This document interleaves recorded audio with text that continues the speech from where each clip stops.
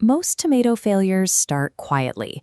You notice one tiny yellow spot or a single curled leaf before the entire plant suddenly collapses. Fungal infections and bacterial rot follow highly predictable patterns, allowing for intervention long before the first symptom ever appears. Building this defense requires assembling specific items before the season starts: disease-resistant tomato seeds, a bale of mulch, sterilized garden pruners, and a fresh planting location.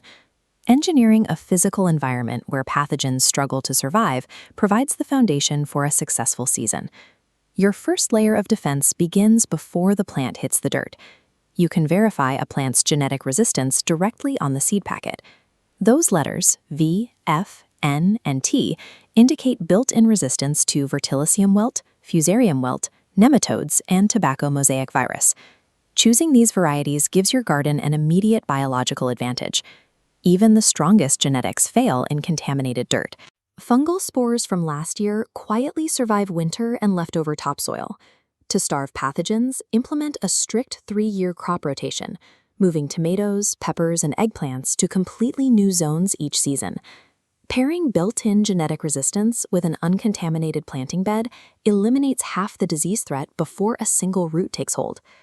Diseases like early blight spread mechanically.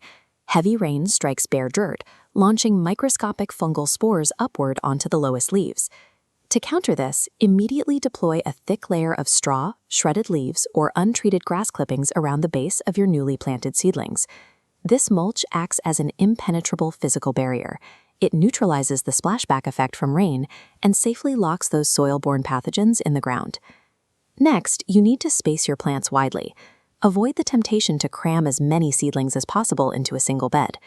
Tightly packed canopies trap humidity and block wind. This creates a stagnant, wet microclimate, the exact environment airborne fungal spores require to multiply. Applying a mulch shield to stop splashing and enforcing strict spacing rules physically removes the moisture pathways diseases rely on to travel. Now that the bed is structured, you need the right watering protocol. Deliver deep moisture directly to the root zone, ideally in the early morning. Watering the foliage or watering late in the evening leaves the plant completely damp overnight. Long hours of darkness and moisture rapidly accelerate fungal growth. Sometimes watering errors look exactly like infections.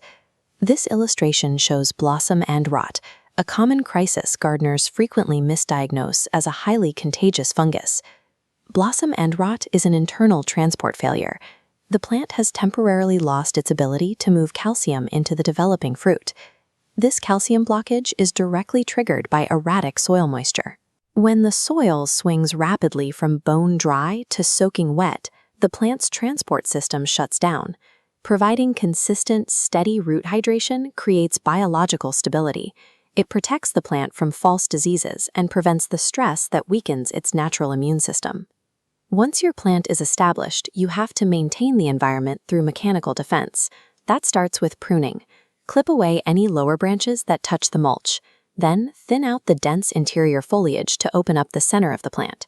This deliberate pruning allows sunlight and wind to penetrate the canopy, meaning the plant can dry rapidly after a summer rainstorm. Finally, enforce a strict daily sanitation protocol. Check the lower leaves every day, and immediately snip and bag any spotted or yellowing foliage. Do not add these infected leaves to a standard compost pile.